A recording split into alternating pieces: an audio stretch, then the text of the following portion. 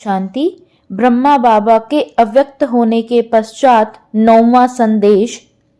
फूलों की शोभा पत्तों के साथ है, इसलिए प्रजा रूपी पत्ते तैयार करो। फूलों की शोभा पत्तों के साथ है, इसलिए प्रजा रूपी पत्ते तैयार करो। आज जब वतन में गई तो बाप दादा दोनों बहुत बिजी थे। क्या देखा, दोनों के आगे बहुत से फूल भी थे और पत्ते भी थे। जैसे गुलदस्ते में फूल भी डाले जाते हैं और पत्ते भी डाले जाते। फूल 2-3 प्रकार के अलग अलग थे। उनको देख रहे थे और छांट रहे थे, तो बाप दादा दोनों उसी कार्य में बिजी थे। मुझे देखा भी नहीं। जब मैं नजदीक गई तो मुझे देख बाबा मुस्कुराए और कहा, मैं सारा दिन बिजी रहता हूँ। देखो बच्ची, कितनी बड़ी कारोबार चल रही है। ये फूल पत्ते 3 क्वालिटी के अलग अलग करके रखे हैं।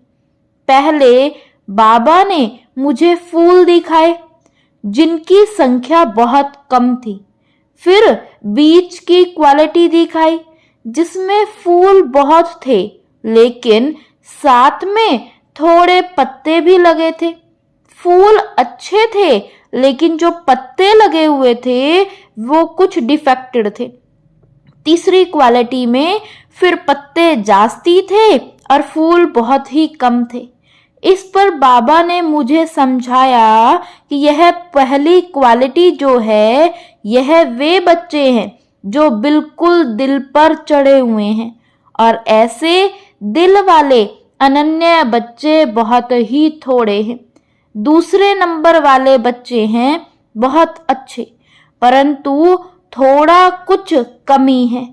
फूल बने हैं लेकिन थोड़ी कमी है। बाकी तीसरी क्वालिटी के हैं प्रजा। उसमें कोई फूल निकलता है जो पीछे आने वाला है, बाकी सब है प्रजा। तो ऊपर की 2 क्वालिटी बच्चों की है। बाप दादा अब गुलदस्ता सजाते हैं। जब गुलदस्ता सजाया जाता है तो सिर्फ फूल डालने से गुलदस्ता नहीं शोभता, उसमें कुछ पत्ते भी चाहिए।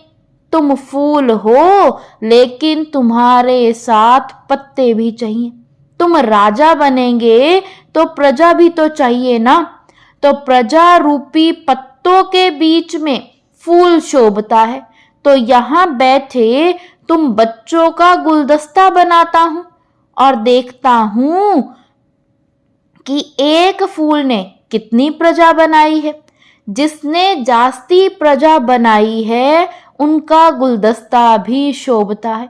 फिर बाबा ने एक प्रश्न पूछा कि जब कोई देवता की मूर्ति पर फूल चढ़ाते हैं तो सिर्फ फूल चढ़ाते, पत्ते निकाल देते हैं, क्यों? पत्ते तो फूल का शो होते हैं, फिर पत्ते क्यों निकाल देते? फिर बाबा ने सुनाया कि तुम बच्चों से ही यह सारी रस्म रिवाज होती है।